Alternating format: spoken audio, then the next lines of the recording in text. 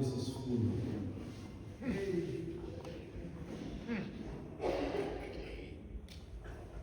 Kodwa kuyakhokelela ukuba naxa umamele yona ingxaki ibikhona.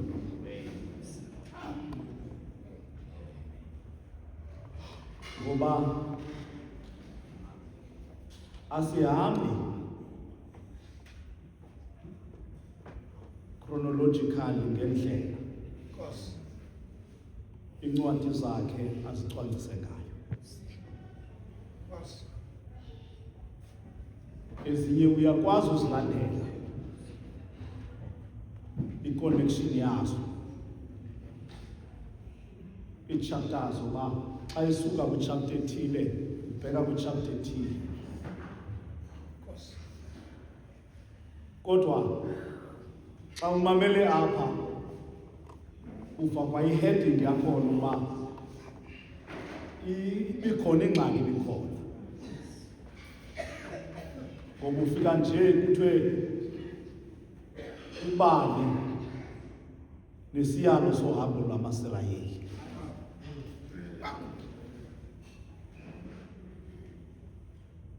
So ikunika into ethi once kuthiwe isiyalo esivela kuhambo lwamaSirayeli,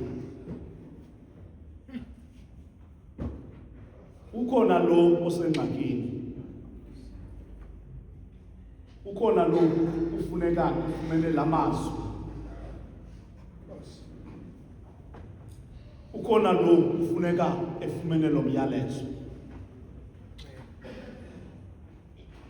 Ndake ndakhoka ngendlela amagama abekwa ngayo oba ayingebi mhlawumbi bethu ayingenguye na lo mfo waseThaso,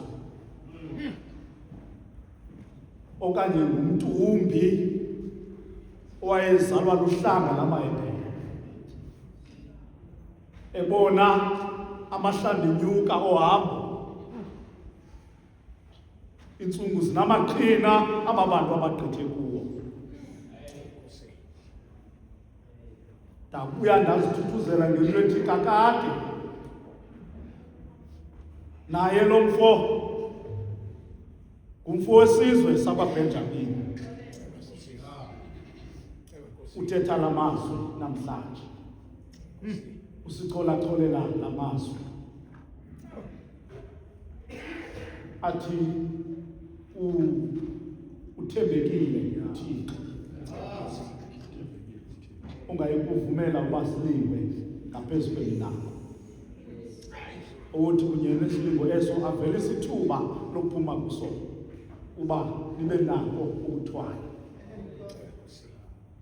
Usemva kolahleka kwenye yencwadi zakhe ezinamandla, usemva kokulahleka kwayo, incwadi imele uba incwadi yokuqala, wathi ngoba lo mfo ivangeli yakhe namandla uyikhuphe kakhulu esezintanjeni, engena ndlela yawuphuma, exhomekeke kwi-messengers, exhomekeke kubantu. Athi xa elapha ngaphakathi kwisele, bathi xa befikile, athi lo leta ebeyibhalile abaniki ukheloba urhulumente belo xesha, bathi lo messenger yayithunywe ileta yakhe yokuqala engekho yona kule ncwadi, kwezi ncwadi zakhe esizibalayo, sayilahla, siyilahle endleleni. Ekusenokwenzeka uba sesinye seso zizathu esibangela uba akwazi ukuma lo mpostile athi uthembekile uThixo. Ilizwi likaThixo sizawuthandaza sigoduke, sizawuthandaza sigoduke bazali, litsho lililanga, thandaza sigoduke bazali, nam ndidibile.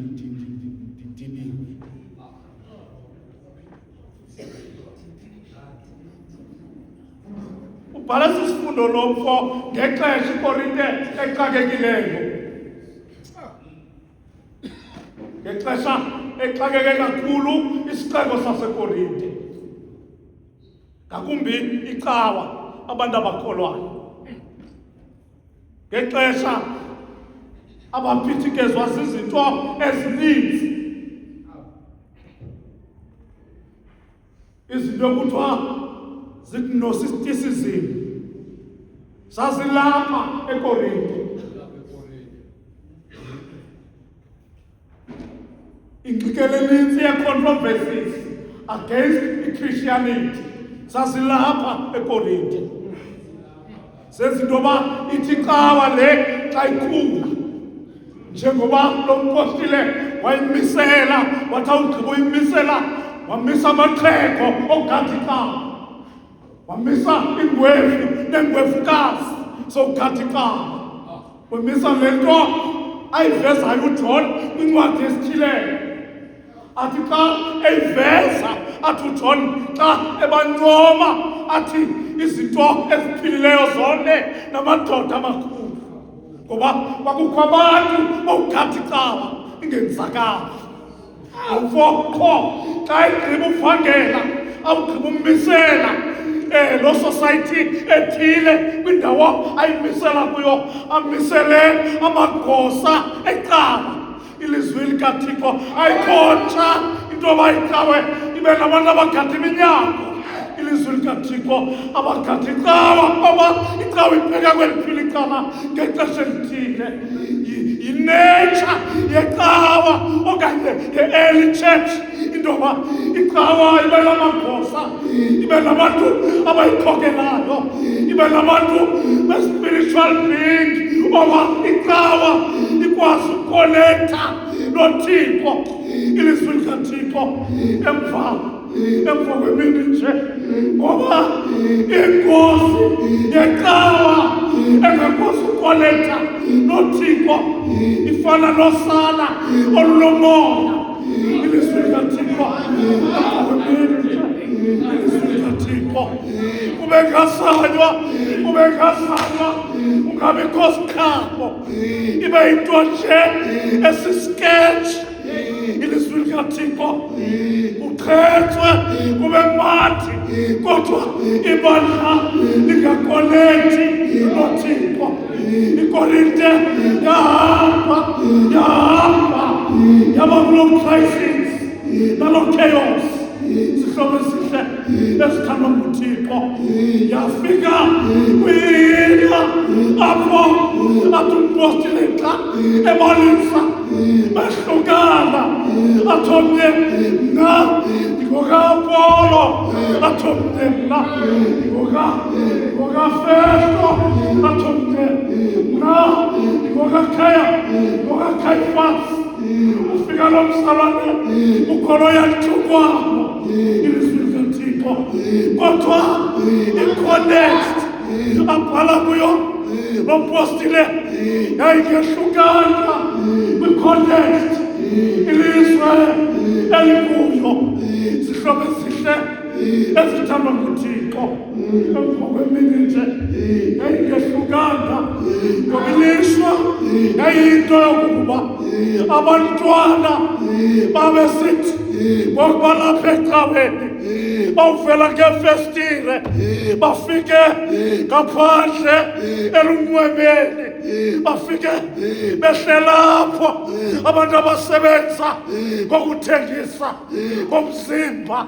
Ilizwi likaThixo emva kwemini nje bathi bakuyibona, bathi ngenxa yemeko yasemakhaya bathatha isigqibo sowushiya icawa, bakhulula impahla, babheke esithathweni. Ilizwi likaThixo emva kwemini nje makabongeke uThixo esimkhonzayo. Ilena lithi yayingahlukanga kule context esikuyo. I-context yokuthi xa abafana namantombazana bebona abantu elinxebeni bexwayobhaka abanezinto zokutshabalalisa ulutsha bahambe bashiye iqhawa babheke khona zihlobo ezihle yonke into enziwe elizweni yajika iqhawa yayikopa yayenza uthembekile uThixo uthembekile ke uThixo asiyipractice thina loo nto namhlanje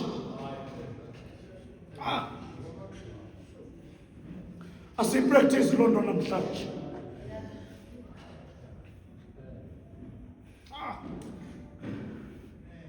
just reflect asiyipractice loo nto namhlanje asifuni ufana nelizwe thina namhlanje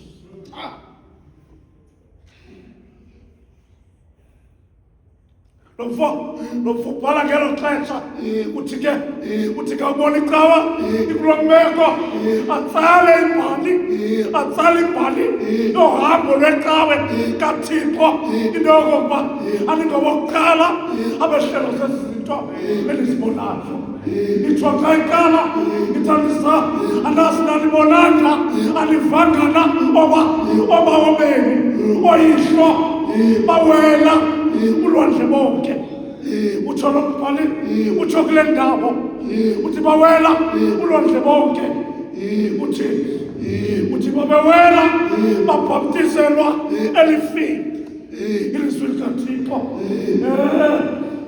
nam bamakani ndifunda apha into yoba le nto kaThixo yoklina ye-cleansing ayiqali njengoba siyibona kwi-baptismal font ayiqala apha ecaweni ndiyibone ndifumane kwenza isifundo into yokokuba kwaphambi koba bakhutshwe iphutha uThixo xa ebahambisa entlango wabaklina uThixo kuqala ilizwi likaThixo belingayazi waba ubhaptiswa olwalusenziwa nguMoses xa ephakamisa intonga kulondlo olubomvu ilizwi likaThixo wanena uvuleke ulwandle uthi umbhali nento abangene wababhaptizesha uThixo ebabhaptizesha njani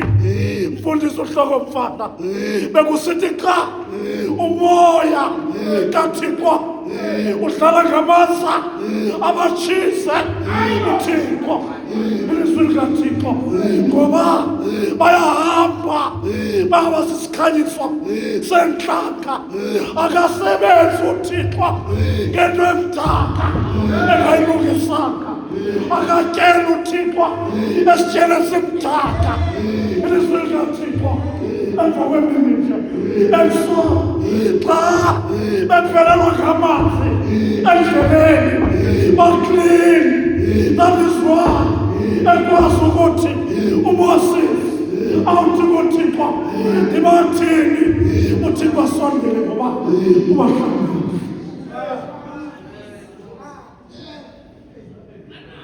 uthembekile uThixo ubala kaphinda sibeliqela asizokuthandaza uthi bathi xa bewela bawela kwelo liwa uthi kanti miracle kaThixo into yoba eli liwa linguKristu liliwa elibe libalandela uthi ke xa edlula adlule sithi nompostile kanti uThixo akakholiswanga ngabo bonke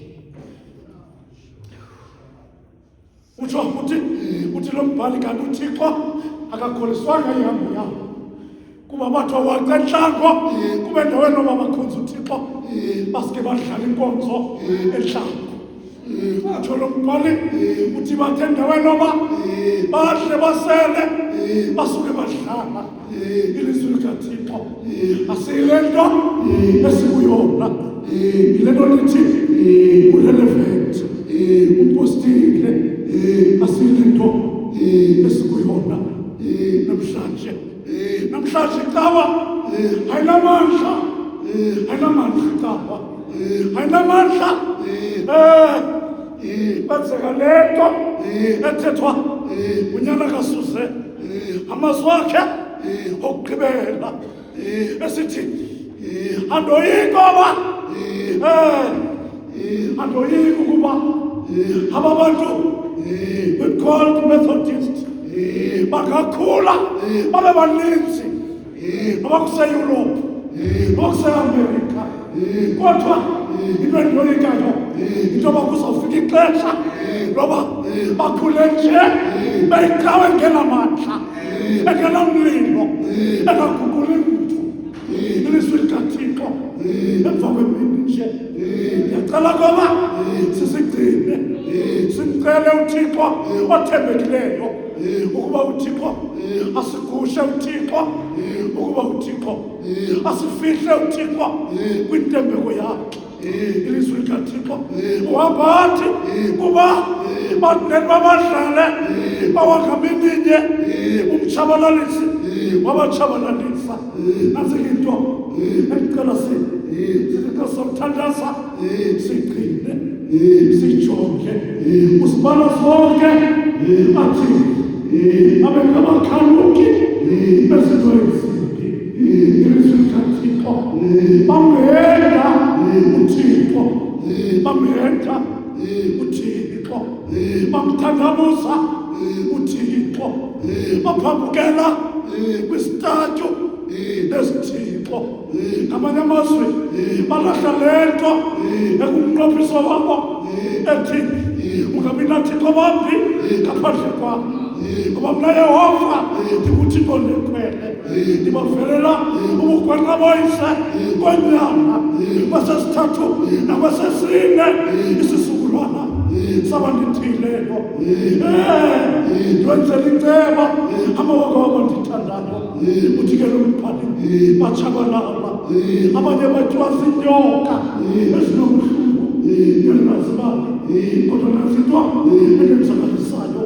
Uthi zonke ezo zinto bona zabehlelayo zibe zingumfuziselo, zaze ke zabhalelwa thina aba bafikelweyo sisiphelo samaphakade. Ilizwi likaThixo zaze ke zabhalelwa thina aba bafikelweyo sisiphelo samaphakade. Ezo zinto bona ezabehlelayo zabhalelwa thina abafikelweyo sisiphelo sabo amaphakade, zabhalelwa thina. Into ethetha ukuthi sizinto izilingo abagqitha kuzo, zonke izinto abadlula kuzo zagcinwa, zigcinelwa oba thina abasahluboni sifunde kuzo. Uthi ke lowo ubabumi makeme angawi edlula. Athi ke andibanjwa ngasilingo singasesabantu. Uthembekile, uthembekile uThixo, ungayivuma abanilingwe ngaphezu kweminako. Ngicela ke ukuthi xa sewuthandaza, trust God in any situation, nakwesiphi isimo themba uThixo. Ngicela uba nditsho apha kuni emva kwemini nje, trust God in any situation. Themba uThixo nakwesiphi isimo odibana naso, ngoba uthembekile uThixo. Trust God kule meko yakho, othi xa uyibeke esikalini uthi hayi andinawuphumela, ndithi xa ndiyijonga ndibe nexesha losivalela ekoleni, ndifuna uqokelela iipilisi ndizityise ndife nabantwana bam. But ndithi kuwe uthi umpostile, trust God in any situation. Kule meko yakho othi xa uyijonga uthi andiliboni kamva, andiliboni kusasa nabantwana bam. Themba uThixo, themba uThixo, mthembe ngoba uThixo uthembekile. zihlobo ezihle zikaThixo emva kwemini nje. Thembe, trust God kule situation ye-disappointments.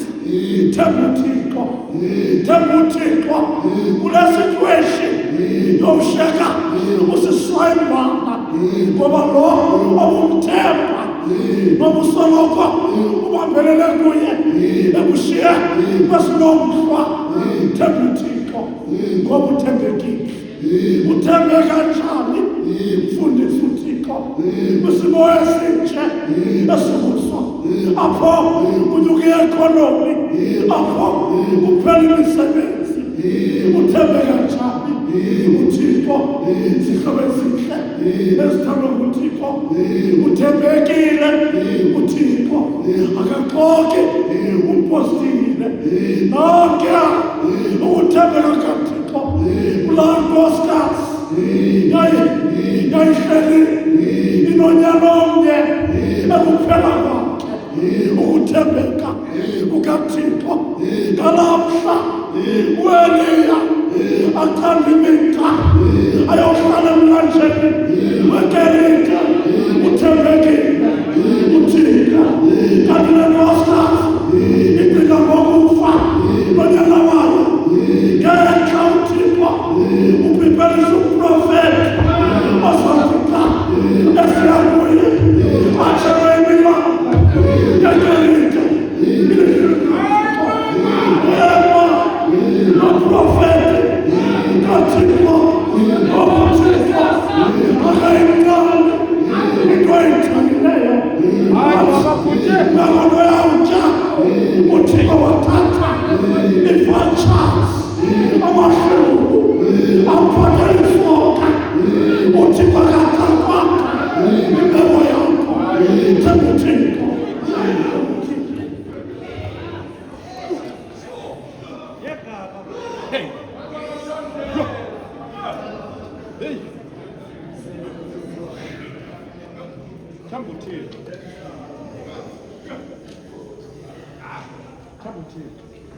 How many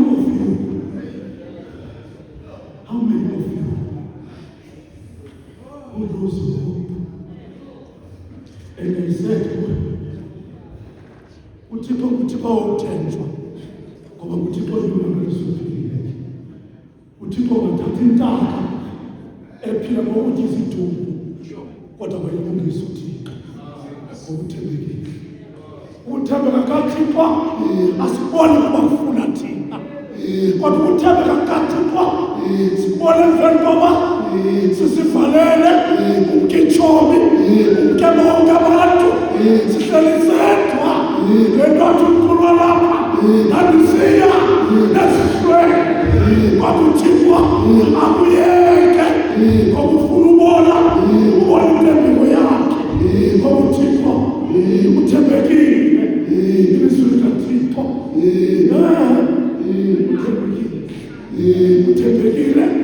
uthembekile. So trust God. Unganikezeli okuyekona ukusenyuka, unganikezeli okabantwana ubazimela xa befuna imali yomkhero, unganikezeli okabantwana uxolela ungabikho xa besabuya esikolweni ngoba uzabukela nobatyisa. Unganikezeli ngoba uThixo uthembekile. Ilizwi likaThixo into yokuqala leyo endicela uyithetha, into yokuqala leyo endicela uyithetha, into yokuqala leyo, into yokuqala leyo, into yokuqala leyo. Into yesibini yile sizawuthandaza bethuna sigoduke. Into yesibini yile into yesibini. Every human being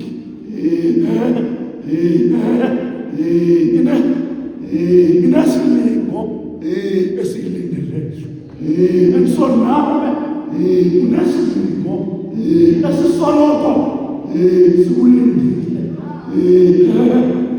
Ayike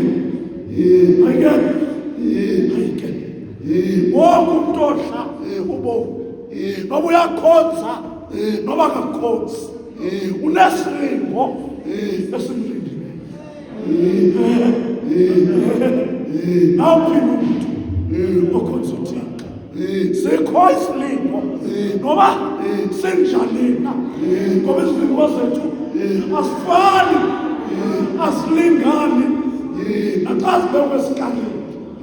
Kodwa sisilingo endibokrayoba sisilingo uThixo akugqithisa kuso, esaza uleti oba ugqithe kuso eso silingo. Ilizwi likaThixo, kodwa uThixo usibekele sonke njengoba sikhonza izilingwana zethu ebasigqithe kuso. Usibekele loo nto uThixo, akukhathaliseki noba unemali noba unayo, akukhathaliseki noba uneshelter noba unayo, kodwa isilingo sona siyafika. Ilizwi likaThixo, le nto uthi umfundi esithi undizonda ntoni uThixo, yinto yokokuba sisilingo ekufuneka ugqithe kuso. Umelezwe into yokokuba bonke abantu uThixo abadalileyo bamele ukuze bamelele ukholo lwabo lugqithe esilingweni eso. Nasilike wabo esi silingo ugqitha kuso asiyompazamo, asiyompazamo. Sukhama uthe ungabi nathemba, cela uba nditsho kuwe esi silingo uthi naxa usishera abantu abaphezulu zehle inyembezi ungasigqibanga, ayisosakho sesakho. That is why asithi xa uphuma ubheka pha uve besithi ayisika wethu sisike sadinwa kuye esoloko sixelela into enye nokuhlukela nangaphambili kwakhe. uThixo usinike wena wedwa, kodwa xa ekunika ukwenza isilingo apho uthi xa uthobeleza ubheka pha uva abantu besithi yake asibuyelelwa ebahlala kwendlela, asibuyelelwa ebahambe eqokelele emikhoneni, asibuyelelwa ebahambe efovoloza ekhandiletho. Ngoba uThixo isilingo usibekela awukhophoza sikwazi ukusala abanye ababelingekile bekele ndlela yawukhophoza. Ilizwi likaThixo, lento ethi le ngoma beliyicula ngegama okya abasemhlabeni abelima inyembezi abanezelwa zisilingo, ngoba isilingo siyalibazisa. Isilingo uthi ubusithi emva kwe-3 years isabe ninendlu, sithi isilungu awuya, sithi isilingo awuyapho. Sisho isilingo, sithi isilingo usithi emva kwe-5 years nakuba isabe ne-promotion, sithi isilingo awuyapho. And so isilingo sakho sesakho ngexesha likaThixo uzawuqolose. Ngexesha lakho Thixo, Nothi ngexesha lomntu, ngexesha likaThixo uzawuqolose. Andiniyeke mna, andiniyeke. Kodwa ngexesha likaThixo uqolose.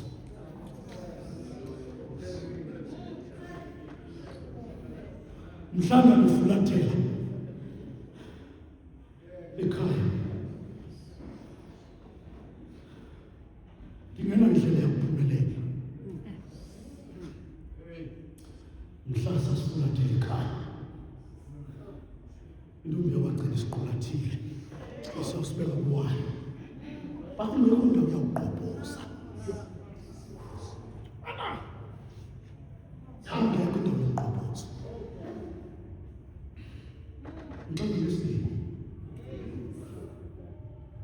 Ndathi Sendicinga uba ndiyaqeshwa etrongweni. Kufuna i-spiritual worker esizaba permanently. Ndandikwalifaya uba ndibe si-spiritual worker. Kodwa after 5 years, ndathi indoda esiphethe kulaa ofisi asinakuqesha wena apha.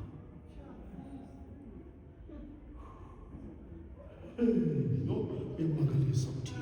Uyamangalisa uThixo. Kanti uThixo ubeka iline up yabantu bokuthi kwezodisappointments bandichole.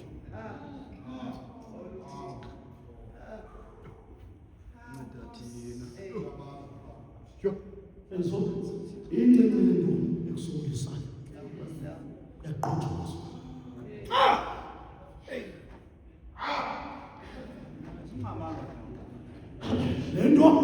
Le nto yokuya esikolweni yayisemaphupheni nakwikholegi yam, kodwa ungekho ndlela.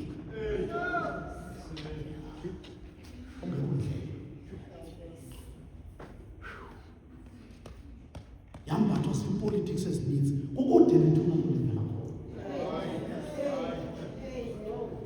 Awungekho ndlela aqoqoza. Engekho ndlela aqoqoza. Kodwa kwathi nge-convention ethile ndandishumayela kuyo, xa ndijikilanga wavela umntu othile wathi emfundini unyamezela induli uThixo ubiza. Ngathi nanandlela unyawo nezandla zibotshiwe kum, andinamfa namphambili.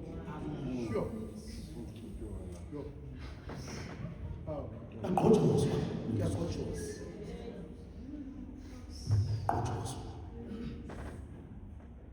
Abakwazi udlala, babedlala bezenzela. Abakwazi usitopa, becinga bayakwazi usitopa. Kodwa uThixo baxhoboza. Enzo yaqotshozwa. Kukude apho ndivela khona.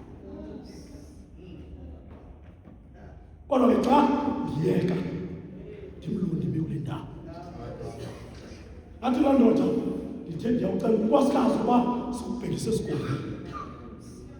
Ndariska ngoba xa ulima uthatha iriski ebomini.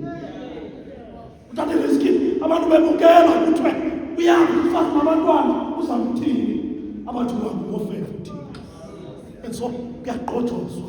Kuyaqotshozwa ebomini. Kuyaqotshozwa. Mandiyeke ngelithi animbonanga eqhophoza ube kwi-stumbling block endleleni ngalamhla aphuma loo mfo ebheke Roma ilizwi likaThixo emva kwalaa khole isithi iseMakedoni usisinze ilizwi likaThixo. Kodwa uThixo namandla emva koba le ndoda uhlaziswe ngayo ngoba isilingo siyakuhlazisa yabantu befupha eyi-40 kwathi kuba kwaJuda ayibethu befupha eyi-40 funeka ibe yi-39 yafakwa engqoweni yalahla esitratweni. Bakhala omika, bakhala abantu ababeyijongile yathi le ndoda ndodwa simele kumela asikwaniselweni asininzi ukungena nakukumkanini kukaThixo. Into yokugqibela uThixo wethu uThixo wamathuba, uThixo wamathuba waliveza uThixo ithuba waliveza ngoba esilingwesi into yexeshana waliveza uThixo phezu kwentaba yamathambo ithuba waliveza uThixo ithuba ukuze bathi bonke abalulekeleyo ezasemhlabeni uThixo aveze ithuba, ithuba lomnqamlezo aveze ithuba, akwikonyela yahlanga yavula ikhethi yavulela bonke abalindiweyo ekutheni bedlela. Makanigcineke uThixo, makanilondoloze uThixo. makahambe nani uThixo. Nazi uba ukwixesha lokukhutshwa uThixo avele isithuba, ungalazi noba ithuba belivele njani, kodwa phezu kwentaba walivelisa uThixo ithuba. Waxa eliveza uThixo ithuba phezu kwentaba yamathambo. Ngoba kakade xa eveza ithuba uThixo akalivezi ebumnyameni, uliveza ekukhanyeni. Bathi abantu abalibona ithuba uThixo alivelisileyo zihlobo ezihle ezithandwa nguThixo. Bathi themba asinalo ngoba yakile umphefumlo, ilinabile, iqinile lingena ngapha apho uKristu wangena khona. Egameni loYise, egameni loMwana, egameni loMoya Oyingcwele. Amen. Masithandaze.